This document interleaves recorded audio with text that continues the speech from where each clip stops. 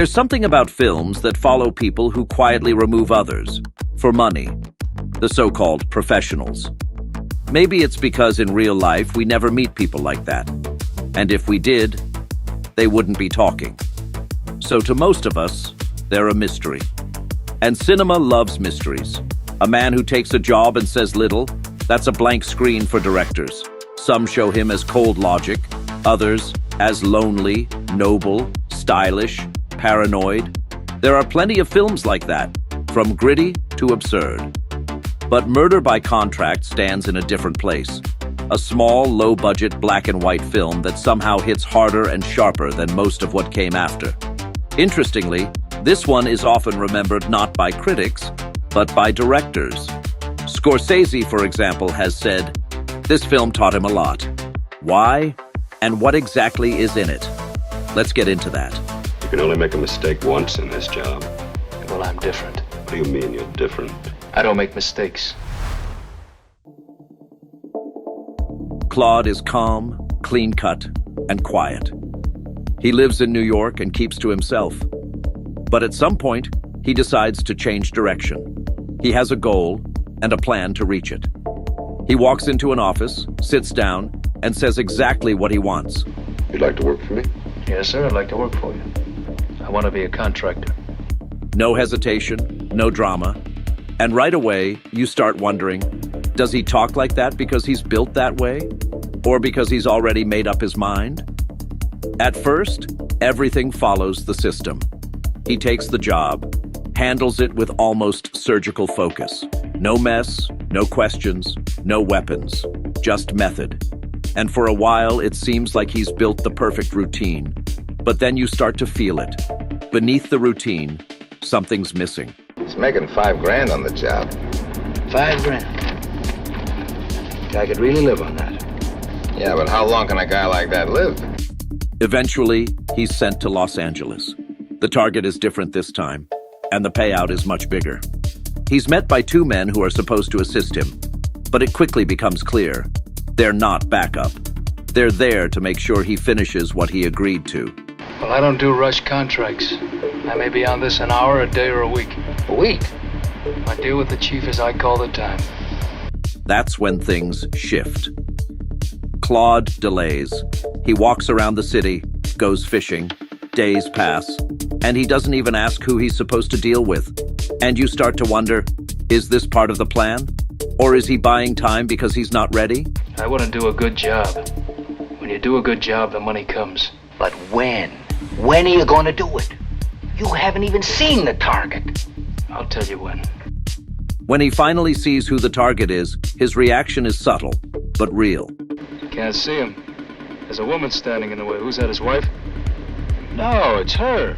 The target is a woman. There's no breakdown, no panic. Just a pause, a disconnect. Like something inside the plan doesn't fit anymore. Why did they tell me it was a woman? Why did they tell me? I'll do it, but I want more money.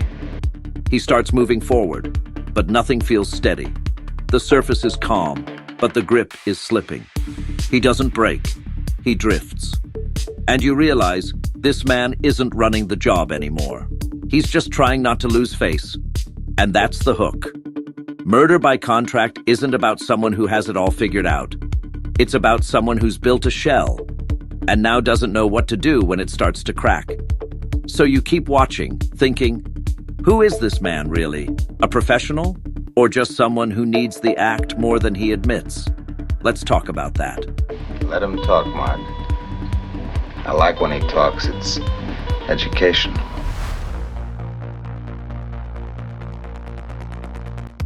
You got 48 hours to finish the contract. 48 hours. How you gonna do it? Tell me how. When he first shows up on screen, you see a calm, polite guy. Neat, quiet, collected, speaks softly, moves with purpose, seems like a regular man who just found a different way to make a living. And then the work starts, and you realize he's something else. Claude isn't just a technician. He's built a system. No emotion, no drama, no weapons. They're illegal. And I never use anything illegal. He says he just wants a house, that this is business. That if someone's going to do it, why not him?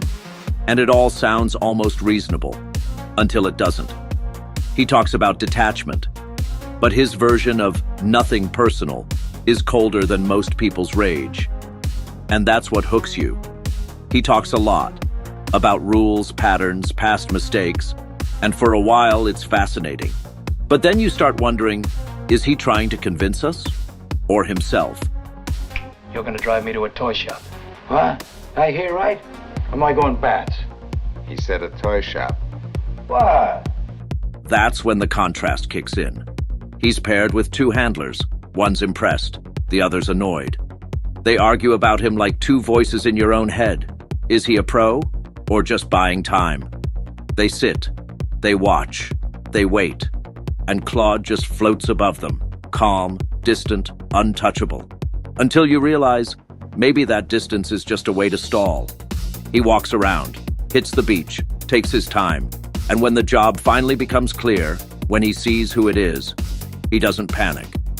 But something inside shifts. No big moment, just a silence, a flicker. And suddenly this man who seemed so precise feels a little off balance. And the film never spells it out. No breakdown, no speech. Just a slow unraveling you have to watch for yourself. Because now you're not sure if he's still in charge or just trying to keep the image intact. Murder by Contract isn't about explosions or twists. It's about contrast between what he says and what he does, between control and what's slipping away, between who he thinks he is and who we start to see. It's not a film about the job. It's a film about the man and how the system he built stopped working the moment he needed it most.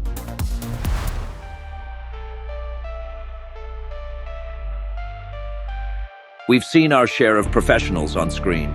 Polished men in suits, cold logic, clean exits. It's a whole aesthetic by now. But Claude isn't part of that pattern. He feels off. Not sloppy, just unpredictable. He speaks like he's in control, but the way he moves, the way he reacts, you keep asking, does he believe his own words? The two guys around him, they give the film texture. They're not comic relief, they're reflection and resistance. And through them, Claude stands out even more. This is for anyone tired of the same clean-cut characters who always know what they're doing. Claude doesn't always know. And that's why you can't stop watching. Because sometimes, the most interesting stories come from people who aren't sure how theirs will end.